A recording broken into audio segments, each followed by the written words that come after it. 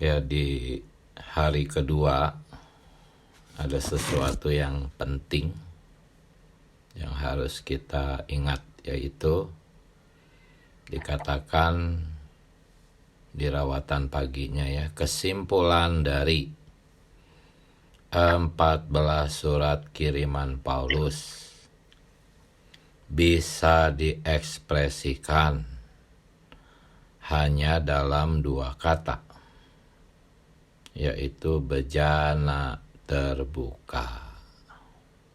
Ya. Ekspresi 14 surat kiriman Paulus, hanya 2 kata ekspresinya, yaitu bejana terbuka. Selain 2 kata ini, ada 2 ayat juga. 2 ayat sebagai rahasia atau kunci, yaitu yang kita bacakan di hari kedua itu ya. Roma 9 ayat 23, yang kalau saya simpulkan itu, Roma 9 ayat 23 itu memberitahu kita bahwa kita tuh bukan alat, tetapi bejana. Walaupun bejana sebuah alat, tetapi kita tidak bisa mengatakan itu hanya alat. Ya, itu Roma 9 ayat 23 dan 2 Korintus 4 ayat 7. Jadi harta itu yang kita perlukan, kebutuhan kita, kekuatan kita, tenaga kita, segala-gala kita, itu bukan terpisah dengan kita, tetapi ditampung oleh kita sebagai bejana. Nah, ini yang barusan disampaikan itu harus menjadi satu rumus. Setiap kali kita menemukan perintah-perintah di dalam Alkitab, ingat rumus ini. Semua perintah itu kita lakukan sebagai bejana yang menampung Allah. Allah sebagai tenaga, Allah sebagai kekuatan. Ya, yang hari ini perintahnya adalah harus mengasihi. Yang kedua, harus memiliki damai sejahtera. Ya, jangan gelisah. Itu semua perintah. Tapi kalau kita tidak menggunakan rumus tadi, yaitu pertama-tama, aku adalah bejana yang menampung Allah. Kembali ke konsep ini, konsep ekonomi Allah. Kalau kita terus memegang rumus ini,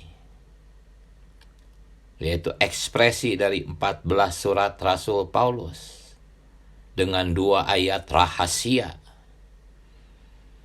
maka kita tidak dibingungkan lagi. Perintah untuk beriman, kita tahu bahwa iman itu adalah isi kita bejananya. Perintah untuk mengasihi, kita tahu kasih itu isi kita bejana kasih. Perintah untuk jangan gelisah, kita tahu damai sejahtera itu adalah isi kita bejana damai sejahtera.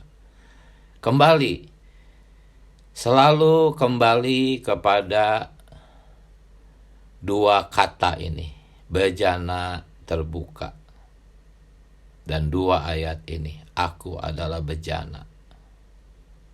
Harta itu ada di dalam bejana. Hidup sebagai bejana yang terbuka. Kalau kita terus-menerus dikuasai oleh visi ini, maka kita akan mengerti semua perjanjian baru. Ya, contohnya Kalau kita tidak memegang konsepsi ekonomi Allah ini, bahwa kita ini bejana untuk menampung Allah, perintah mengasihi itu akan menjadi sesuatu hukum, aturan, keharusan. Siapa yang mampu mengasihi?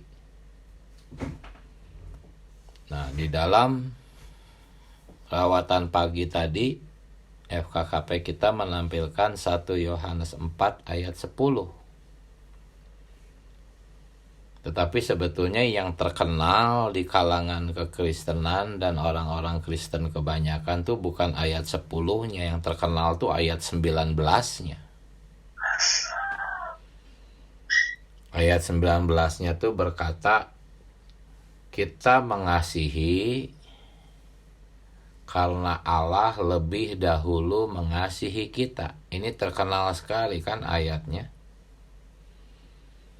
Kita mengasihi karena Allah lebih dahulu mengasihi kita.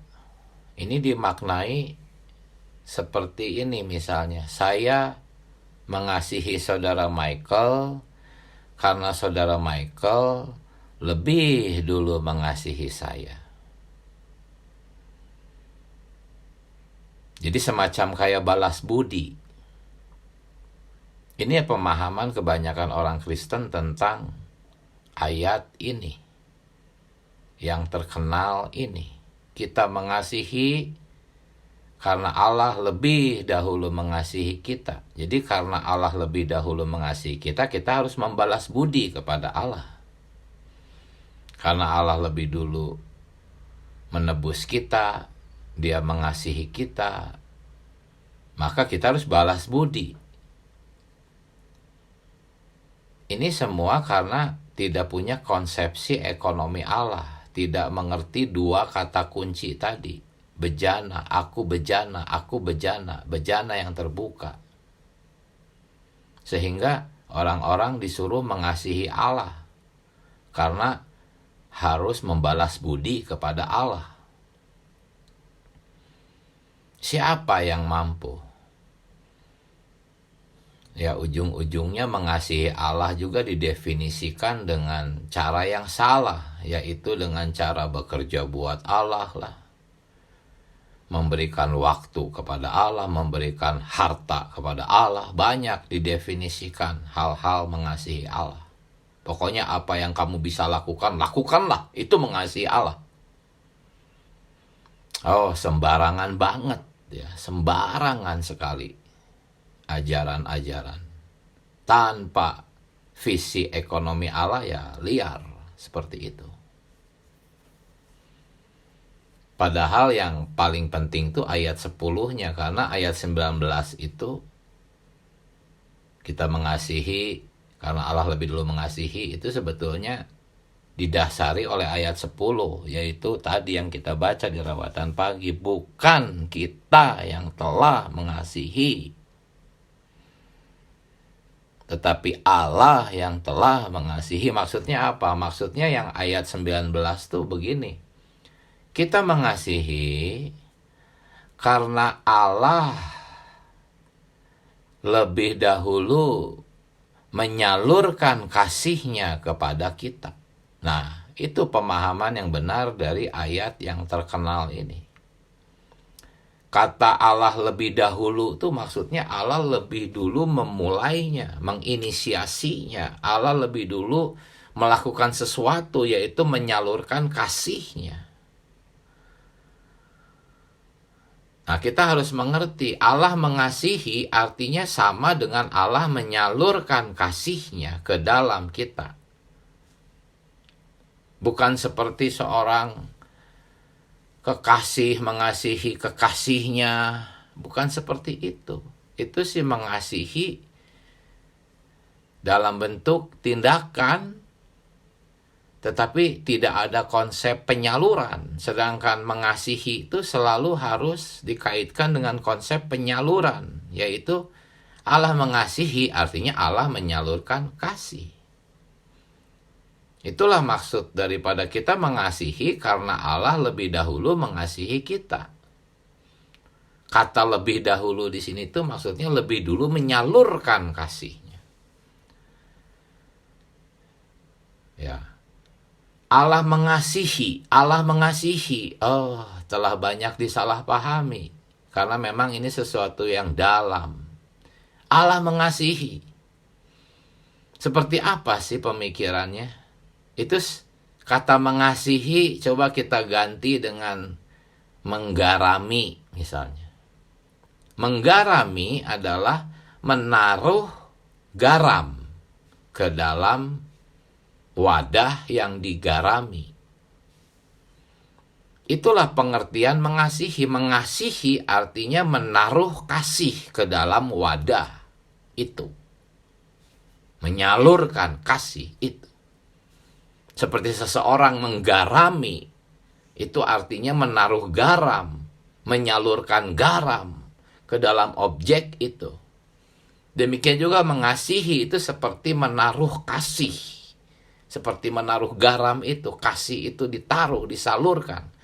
Sehingga kita bisa mengasihi. Dan tadi ada satu kata, terbiasa mengasihi. Oh, Tuhan Yesus.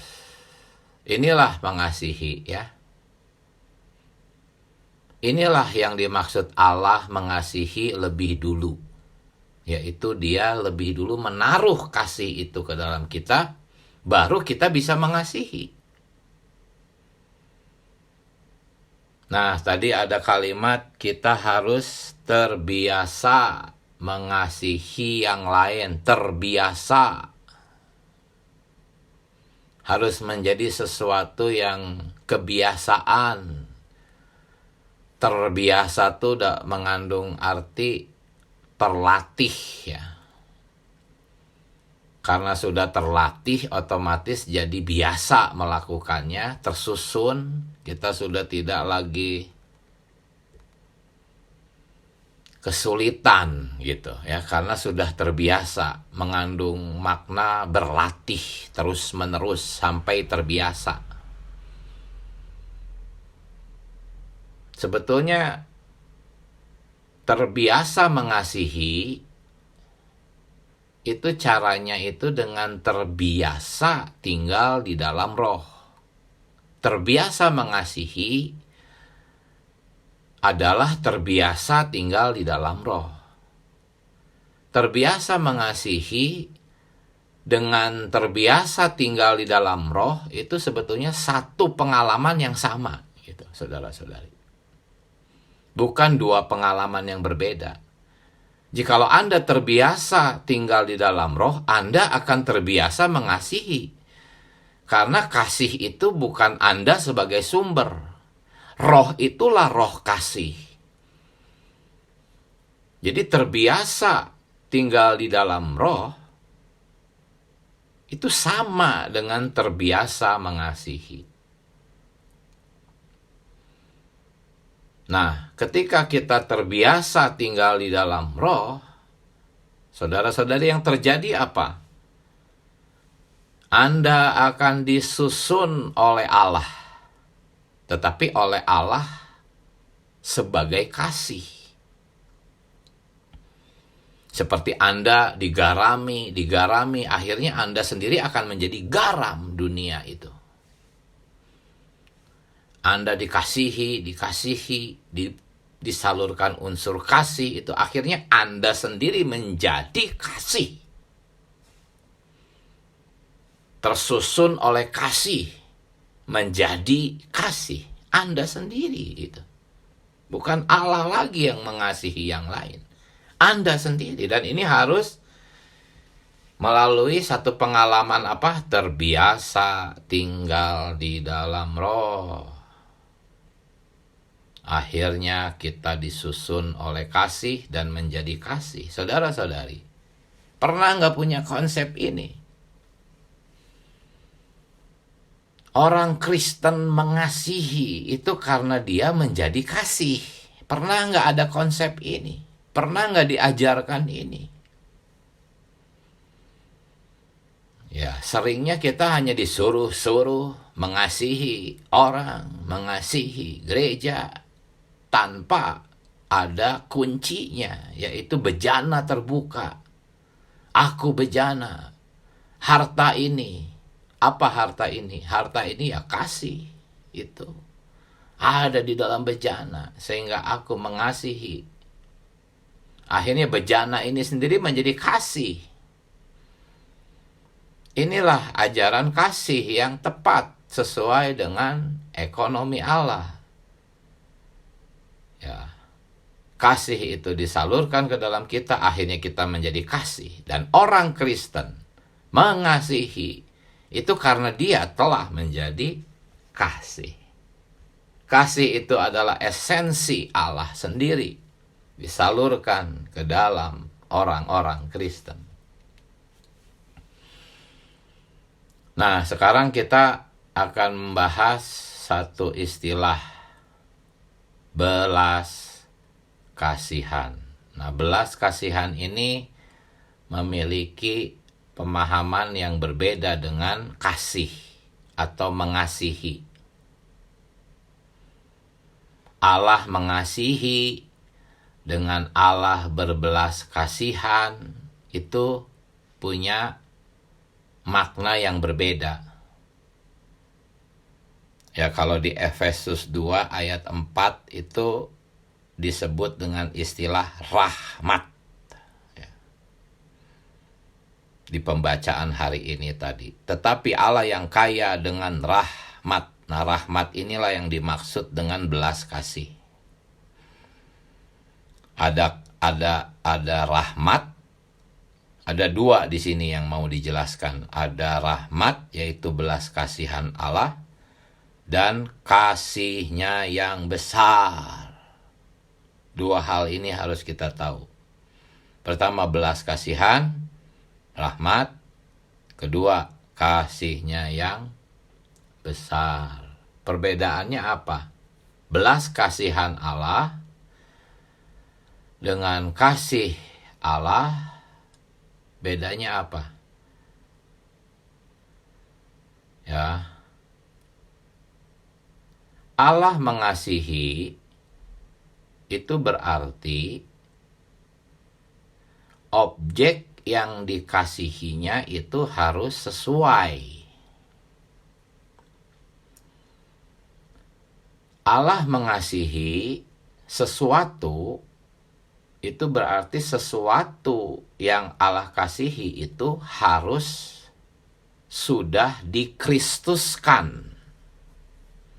Kalau belum dikristuskan, Allah belum bisa mengasihi. Sesuatu yang alamiah, sesuatu yang tercemar, dosa, pelanggaran, tidak mungkin dikasihi oleh Allah. Itu semua dibenci oleh Allah. Allah hanya mengasihi sesuatu yang sesuai dengan sifat Allah. Allah tidak mengasihi dosa. Allah tidak mengasihi manusia berdosa. Tidak. Allah hanya mengasihi Kristus. Ketika Kristus terlahir sebagai Yesus, maka di bumi, di alam semesta, hanya Yesus Kristus yang Allah kasihi. Yang lainnya tidak Allah kasihi.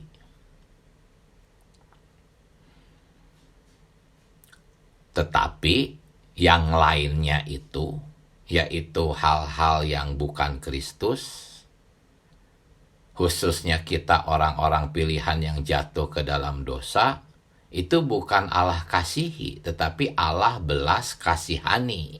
Nah itu. Jadi belas kasihan itu lebih besar daripada kasih. Kalau kita belum dikristuskan, masih di dalam dosa, maka Allah belum bisa mengasihi kita. Tetapi haleluya, Dia bisa membelas kasihani kita. Karena itu ketika kita jatuh ke dalam dosa, ingat, dia membelas kasihani kita. Karena belas kasihan itu menjangkau lebih dalam daripada kasih. Kasih itu hanya mengasihi sesuatu yang sudah dikristuskan. Tetapi belas kasihan jauh. Dia mau turun sampai ke bawah, ke tempat yang hina, yang sesungguhnya nggak cocok untuk dikasihi, tetapi dia ambil. Dia salurkan unsur kasihnya sampai sesuatu yang kotor itu, yang tidak cocok dengan kasih Allah itu, menjadi kasih, menjadi Kristus. Itulah kita dikristuskan. Setelah itu barulah Allah mengasihi kita. Jadi ada banyak konsep salah bahwa kalau manusia berdosa itu Allah tetap mengasihinya. Tidak. Allah membencinya. Tetapi Allah punya kasih, belas kasihan atau rahmat, menjangkau lebih jauh dari kasihnya. Sehingga sesuatu yang gak cocok dengan kasihnya dicocokkan oleh penyaluran kasihnya, sehingga sesuatu yang kotor dan kosong itu diisi oleh kasihnya, sampai akhirnya dia menjadi kasih itu sendiri. Dan kemudian Allah bisa mengasihinya. Ini yang dimaksud dengan yang kedua, kasihnya yang besar. Ya. Tadi kan dikatakan apa? Karena Allah begitu mengasihi. Artinya ini kasihnya yang besar. Sampai begitu mengasihi dunia. Ini belas kasihan Allah. Ya, jadi kasihnya yang besar itu adalah susunan dari kasih Allah plus belas kasihan Allah. Digabung akhirnya menjadi kasihnya yang besar. Jadi setiap kata di dalam Alkitab itu benar-benar bermakna, saudara-saudari. Nah, sekarang kita ke atribut Allah yang lain, yaitu damai sejahtera. Damai sejahtera itu tidak gelisah, tidak takut, tidak merasa kekurangan. Sebetulnya kalau mau didefinisikan tuh, damai sejahtera ini tuh apa? Puas. Sehingga tidak lagi mencari-cari yang lain. Dia sudah memiliki banyak pengalaman, mencari yang banyak, hal ini, itu, dan sebagainya. Tetapi akhirnya dia menemukan hanya Kristus. Hanya Kristus, damai sejahtera. Puas. Tidak cari-cari lagi yang lain. Tidak merasa kekurangan ini, kekurangan itu. Tidak merasa, aduh, perlu ini, perlu itu. Puas, sudah, cukup. Karena Kristus selalu tersedia, nggak pernah kurang. Tapi kalau carinya yang bukan Kristus, ya pasti kurang, gitu. Karena tidak ada kepuasan di sana. Damai sejahtera. Daud berkata, selain kau tiada yang lain yang ku ingini di bumi. Orang-orang seperti ini tuh penuh dengan damai. Saudara-saudari yang sakit, jangan mendambakan kesembuhan, jangan. Anda akan gelisah, Anda akan takut kalau Anda terus-menerus mendambakan kesembuhan. Anda yang kesulitan ekonomi, jangan mendambakan uang, jangan. Anda tidak akan dipuaskan olehnya. Anda akan terus gelisah. Berdoa saja, Tuhan, Engkaulah kepuasanku. Tuhan, Engkaulah damai sejahteraku. Terus berlatih sedemikian berdoa. Asalkan ada Engkau saja, Tuhan. Selain Kau tiada yang lain yang kuingini di bumi. Ini Daud yang berdoa seperti ini. Biarlah aku juga bisa mengucapkan doa ini, Tuhan. Nah, kembali, bagaimana caranya? Kembali ke rumus tadi. Ekspresi 14 surat Rasul tadi. Yaitu kita harus menjadi bejana yang terbuka, diisi oleh damai sejahteranya. Karena damai sejahtera ini bukan sesuatu benda yang terpisah dengan diri Allah sendiri. Allah damai sejahtera. Itu sebetulnya Allah lah damai sejahtera itu. Itu sama dengan damai sejahtera Allah. Memang damai sejahtera Allah itu adalah damai sejahtera. Tetapi dia adalah satu dengan Allah damai sejahtera. Allah damai sejahtera itu artinya Allah sebagai damai sejahtera kita. Damai sejahtera Allah artinya ya damai sejahtera itu sendiri. Tetapi damai sejahtera itu sendiri itu adalah Allah damai sejahtera. Jadi dua ungkapan ini di garis besarnya itu ada, yaitu damai sejahtera Allah adalah satu dengan Allah damai sejahtera. Keduanya satu, tidak terpisah. Dan kita sebagai bejana itu diisi oleh Allah ini, harta ini. Damai sejahtera itu harta, saudara-saudari. Harta mustika, saudara-saudari. Tetapi tidak terpisah dengan diri Allah. Makanya kita ini bejana, saudara-saudari, bukan alat. Kenapa saya ngomong bukan alat? Karena konsepsi alat sudah rusak. Alat itu kan seperti contohnya sendok, garpu, pisau. Misalnya Allah memegang kita sebagai alat. Artinya Allah dengan kita terpisah. Kan gitu.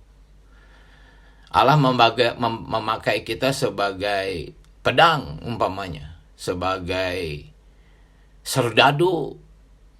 Alat. Kesannya apa? Allah dengan kita terpisah. Tetapi kalau kita adalah bejana Allah, Allah dengan kita berbaur. Nah, ini perbedaan kata alat dengan bejana. Walaupun bejana sendiri itu pun alat, gitu.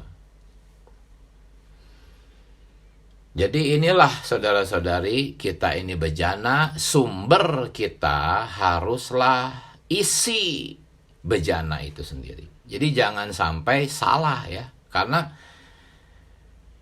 damai sejahtera di sini sering disalahpahami. Sudah menjadi satu prinsip umum bahwa kalau ingin mengetahui kehendak Allah, indikatornya apa? Damai sejahtera, gitu ya. Damai enggak kamu? Nah, ini indikator yang sembarangan ya, pengajaran-pengajaran ini tuh. Jangan-jangan nanti damai sejahtera yang berdasarkan keinginanmu, yang kamu rasakan dan itu Anda jadikan sebagai indikator kehendak Allah. Contohnya, seorang pemuda mengasihi seorang gadis, ingin menikahinya. Tetapi Allah tidak ingin dia menikahinya. Bukan dia kehendak Allah. Allah sudah menyiapkan jodoh yang lain buat dia, tetapi dianya jatuh cinta kepada gadis itu. Lalu dia ketika berdekatan dengan gadis itu, dia berkata, saya merasa damai kok. Damai apa ini? Yaitu karena damai yang bersumber dari nafsunya. Ya, lalu dia bersekutu dengan temannya. Bagaimana ya gadis itu? Cocok nggak ya untuk jadi jodohku? Apakah dia dari Tuhan nggak ya? Lalu saudara ini mungkin memberi nasihat, doa dulu. Saya merasa perlu dulu diteguhkan ini. Lalu mendengar persekutuan saudara ini, si pemuda yang mengasihi gadis itu tuh merasa nggak damai gitu. Wah, saudara ini dari iblis, aku tidak merasakan damai ini. Oh, ini bukan dari Tuhan saudara ini. Nah, itu indikator yang ngaco itu ya. Bukan itu, saudara-saudari. Anda menyukai sesuatu, Anda menginginkan sesuatu. Ketika Anda berdekatan dengannya, pasti Anda damai.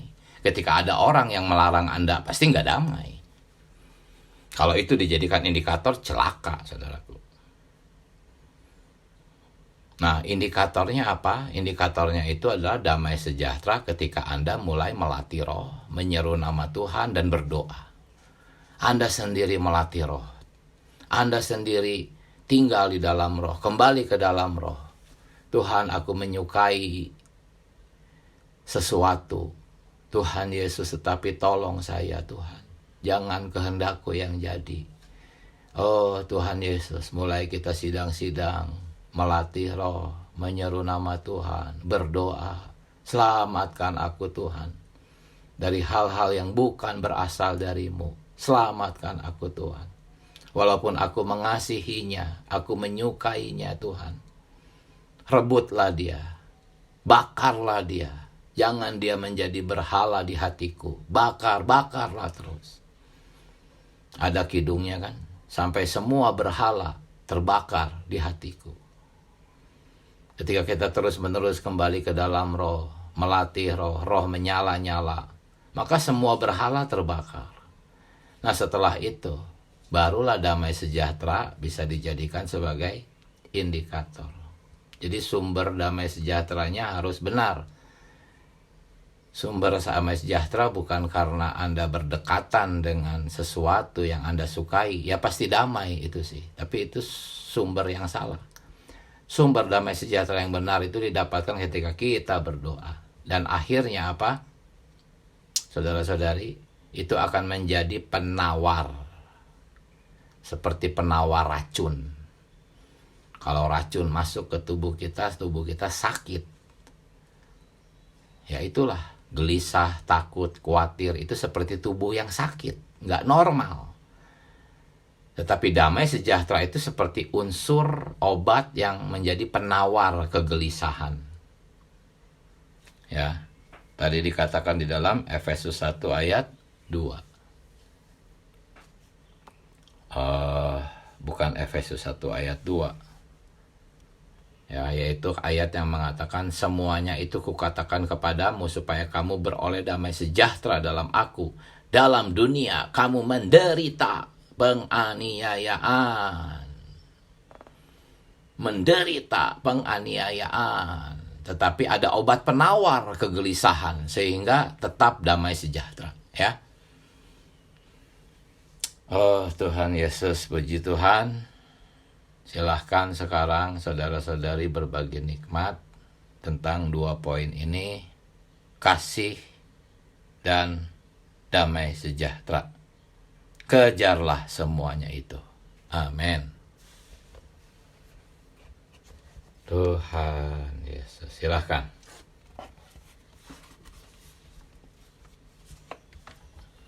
Haleluya. Setiap kali bersidang, persiapkan, dicatat langsung begitu kesempatan. Yang pertama, open mic.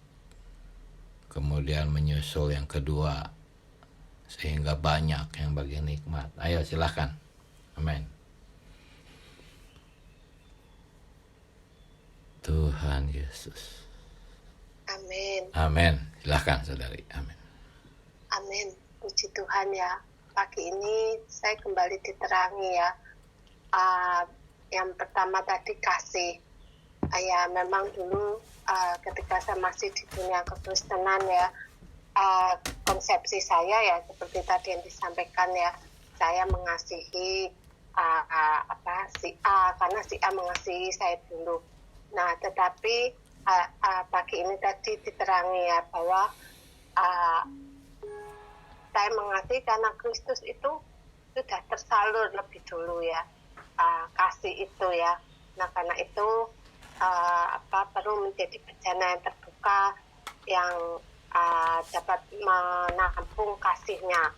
Lalu juga damai sejahtera. Damai sejahtera ini adalah diri Kristus itu sendiri perlu puas, damai, tetapi juga damainya, sejahteranya ini tentunya perlu melatih roh ya.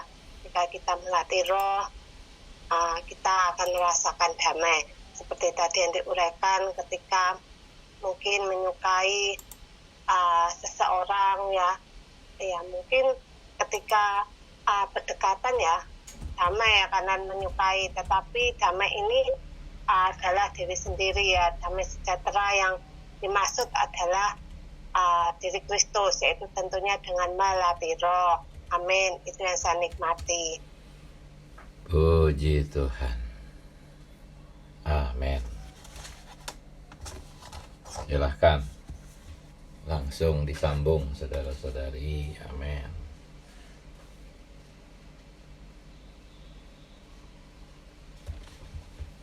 Tuhan Yesus.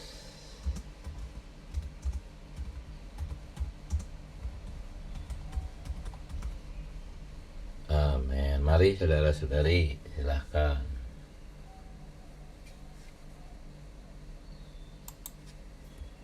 Oh Tuhan Yesus.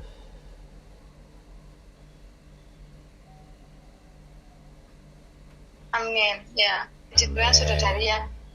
Kami di lokal Jogja itu hari ini sedang membaca satu buku penuntutan saudari Hayat dan Bangunan dalam kitab Kidung Agung, saudari. Ya, di sana katakan pengasih Kristus ini pada awalnya dia menikmati apa adanya Tuhan, ya, karena dia sudah dilahirkan kembali. Ya ini hari ini ya, ketika kita dilahirkan kembali, kita memiliki kasih Allah di dalam kita. Kasih inilah yang Allah menginstruksikan kasihnya ke dalam kita. Kita memiliki unsur Allah, memiliki unsur kasih itu. Kasih inilah yang membuat kita bisa mengasihi Allah. Oh Tuhan Yesus, pada awalnya pengasih Allah ini menikmati segala apa adanya Allah. Ya, tetapi kemudian selanjutnya pengasih ini bisa menumbuhkan diri Allah, diri Kristus ya. Dulu dia menikmati Kristus sebagai mur, bunga pacar, rempah-rempah, menikmati segala kekayaan Kristus. Setelah sejangka waktu mendapatkan kenikmatan Kristus, pengasih ini menumbuhkan Kristus, menumbuhkan kasih Kristus, menumbuhkan segala bahan-bahan untuk pembangunan seperti itu. Ya, jadi saya dalam persekutuan saudara di depan tadi mendapatkan satu poin yang besar ya dari bahwa kita mengasihi Allah dan Allah mengasihi kita ini adalah satu siklus timbal balik. Maksudnya ada satu penyaluran timbal balik ya. Allah menyalurkan dirinya kepada kita. Ya bukan hanya perkara kasih, tetapi damai sejahtera, kekudusan, dan segala apa adanya Allah itu yang kita nikmati, yang disalurkan di atas diri kita, akhirnya kita menjadi apa adanya Allah, yaitu kasih itu sendiri, kekudusan, keadil benaran. Oh Tuhan Yesus ya, ucap syukur ya. Untuk persekutuan pagi hari ini sungguh sangat menerangi saya, membuat saya semakin jelas ya perkara penyaluran yang di sini yang saya dapatkan yang terbesar adalah penyaluran Allah. Apakah kita mengasihi Allah itu adalah hasil dari Allah menyalurkan dirinya kepada kita. Ya, kita sendiri memiliki kasih ya saudari di dalam alamnya. Nah, ini sama sekali tidak berguna ya bagi diri Allah ya, kita mengasihi Allah dengan kasih alamnya kita. Tetapi kita mengasihi Allah adalah dengan kasih yang sudah Allah berikan kepada kita, yang sudah kita nikmati, yang sudah kita alami. Nah, ini semuanya berguna ya, baik untuk pembangunan diri Allah ya di dalam kita, pertumbuhan hayat kita. Tuhan, itu yang saya dapatkan saudara. Amin. Haleluya.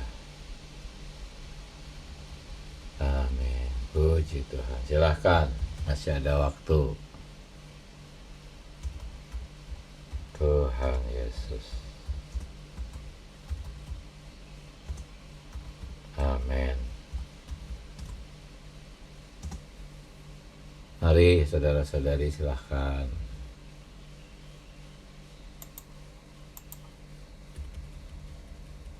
Tuhan Yesus. Amin. Amin, saudaraku. Mari. Ya, ini memang sedikit pengulangan dari yang tadi juga sudah disampaikan oleh Saudara Diki dan juga saudara yang lainnya tentang begitu banyaknya konsepsi, terutama tentang mengasihi, karena Allah sudah mengasihi kita terlebih dahulu, lalu kita menjadi terbeban juga untuk melakukan kasih oleh karena sesuatu yang sudah dilakukan oleh Allah. Jadi konteksnya lebih pada melakukan sesuatu yang sama atas suatu perlakuan yang sudah Tuhan lakukan pada kita. Tetapi pada pagi hari ini kita menjadi jelas dibawa kepada satu esensi ya, yang lain ya, dalam perkara ini, karena Allah itu adalah kasih. Mungkin kita bisa bawa bahwa Allah itu satu benda, dan benda itu adalah kasih ya. Ketika kita mengasihi, tapi benda ini bukan benda mati ya, benda yang hidup. Allah itu kasih, dan ekspresi daripada benda kasih ini adalah mengasihi dan memiliki kemampuan untuk berbelas kasihan ya. Ya, di Yohanes 17 ya banyak berbicara tentang menjadi satu ya. Contohnya di Yohanes 17 ya, supaya mereka menjadi satu sama seperti kita adalah satu ya. Di ayat 23-nya juga sama ya. Jadi kita menjadi satu dengan benda kasih itu, sehingga oleh benda kasih itu yang hidup, kita mampu memperhidupkan daripada sifat atribut daripada kasih itu sendiri bersama-sama dengan diri kita ya, yang memberi jalan supaya benda kasih itu boleh bekerja di dalam diri kita, dan bersama dengan diri kita menyalurkan kasih itu sendiri ya. Inilah kasih yang sesungguhnya yang kita dapatkan pada pagi hari ini. Amin. Puji Tuhan. Amin. Masih ada satu orang, silahkan. Amin. Tuhan Yesus, silahkan manfaatkan sisa waktu. Amin, puji Amin. Tuhan. Puji Tuhan. Oh, Yesus katakan kasih adalah sifat esensi Allah. Ya, ini juga dikatakan bahwa kasih ini sudah disalurkan ya. Terlebih dahulu Allah mengasihi kita, ya orang dosa, sehingga kita bisa mengasihi Dia. Tapi dikatakan juga bahwa karena Allah adalah kasih dan juga roh, semakin kita berada di bawah penyalurannya, kita akan semakin banyak memiliki kasih. Sebenarnya semakin banyak sifat Allah disalurkan ke dalam kita, kita akan semakin menjadi kasih. Jadi di sini saya mendapatkan terang bahwa saya harus semakin menjadi penyaluran diri Allah. Ya, semakin menerima penyaluran diri Allah ya, melalui membaca Alkitab, melalui bersekutu, melalui ikuti sidang-sidang seperti pagi ini ada penyaluran diri Allah, sehingga kita menjadi terbiasa di dalam mengasihi. Dikatakan dan pada akhirnya kita bisa bereaksi kepada orang lain dalam kasih. Jadi kita perlu terbuka ya, seperti yang dikatakan sebelumnya, kita harus menjadi bejana yang terbuka sehingga Allah bisa masuk, dan setelah dia masuk, dia adalah Allah yang pada hakikinya adalah kasih, maka kita akan memiliki kasih Allah bukan dari diri kita sendiri, tetapi dari Allah yang masuk ke dalam kita itulah yang karena bejana kita terbuka sehingga kita bisa dapat mengasihi dan juga menjadi kasih itu sendiri tanpa memandang situasi, keadaan, kondisi apapun, karena kasih ini adalah diri Allah sendiri. Puji Tuhan, haleluya, amin. Puji Tuhan, amin. Amin. Haleluya, puji Tuhan. Mari kita menyeru nama Tuhan, saudara-saudari, amin. Amin. Tuhan Yesus, amin. Yesus. Tuhan Yesus, amin. Tuhan, terima kasih ya Tuhan. Terima kasih. Oh Tuhan, buat terang ini. Kami adalah bejana tanah liat. Amin. Di dalam diri kami sendiri tidak ada unsur kasih. Betul. Di dalam diri kami sendiri kami tidak bisa merasakan damai sejahtera. Di dalam diri kami sendiri, Tuhan, kami sungguh terbuang jauh dari Allah. Tetapi haleluya, kami adalah bejana-bejana yang Engkau pilih. Di antara banyak bejana, Engkau memilih kami sebelum dunia dijadikan untuk diisi oleh diri-Mu sendiri sebagai harta kami. Tuhan Yesus, biarlah harta ini benar-benar kami kenali, kami nikmati. Sehingga kami tidak lagi menginginkan yang lain, Tuhan. Hanya Engkaulah kepuasan kami. Terima kasih Tuhan Yesus. Haleluya. Selamat pagi saudara-saudari. Amin. Sampai jumpa. Amin. Saudara-saudari, amin. Saudari, Tuhan Yesus memberkati. Amin.